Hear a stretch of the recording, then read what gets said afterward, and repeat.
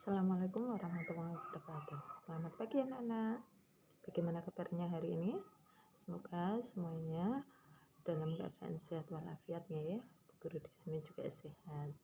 Terima kasih. Untuk sebelumnya, Bu Guru absen dulu. Siapa yang tidak masuk hari ini? Oke, semuanya hadir ya. Berarti hari ini nihil. Nah, sebelum pelajaran dimulai, mari kita berdoa terlebih dahulu menurut agama kita masing-masing. Oke, berdoa mulai. Nah, selesai. Ya, anak-anak, hari ini kita akan belajar tentang memahami isi dongeng. Nah, Bu Guru sudah membagikan lembar kerja ya. Sudah anak-anak lihat? Ya, dongengnya sudah dibaca? Ya, nah dongeng itu nanti yang akan kita gunakan sebagai bahan untuk pelajaran hari ini. Nah, sebelumnya apa sih dongeng? Siapa yang masih ingat dongeng itu apa? Ya, dongeng itu cerita karangan. Kalau dongeng tentang binatang, ya pinter. Itu namanya fabel. Nah, anak-anak sering membaca dongeng? Ya, kapan itu dongeng anak-anak baca? Ya, ketika malam hari sebelum tidur, ketika di perpustakaan. Nah, ketika dibelikan buku cerita dongeng itu, kemudian anak-anak langsung bacanya. Nggih, bagus. Nah, dongeng yang dibagikan Bu Guru itu dongeng tentang siapa?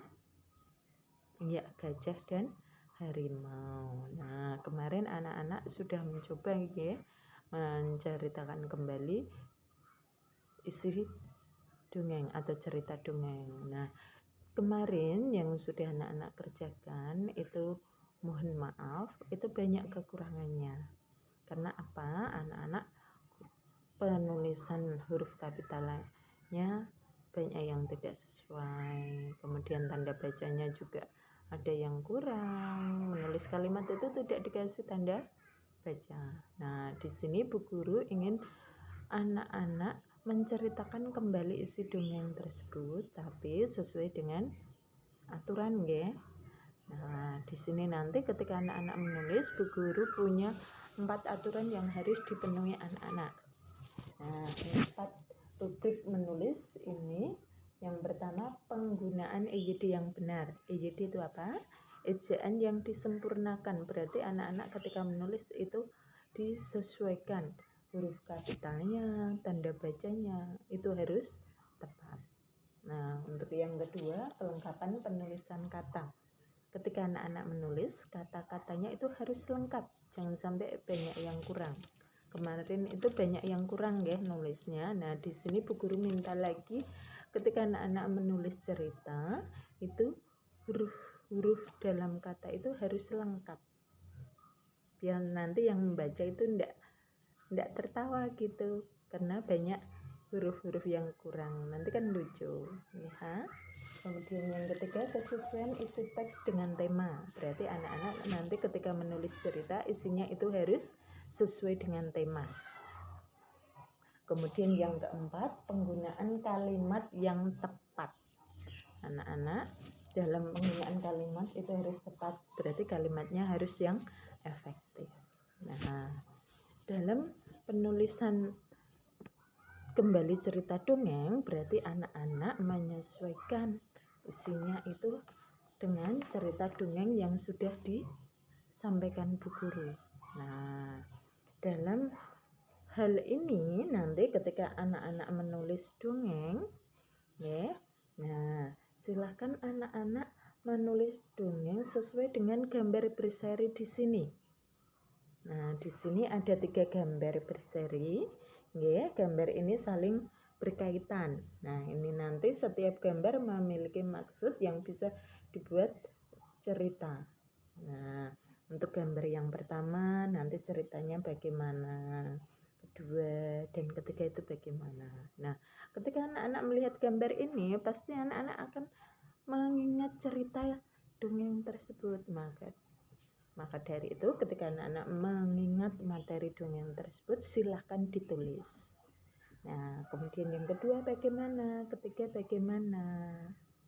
Nah, di situ karena gambar-gambar ini memiliki maksud cerita dongeng yang sudah disampaikan guru.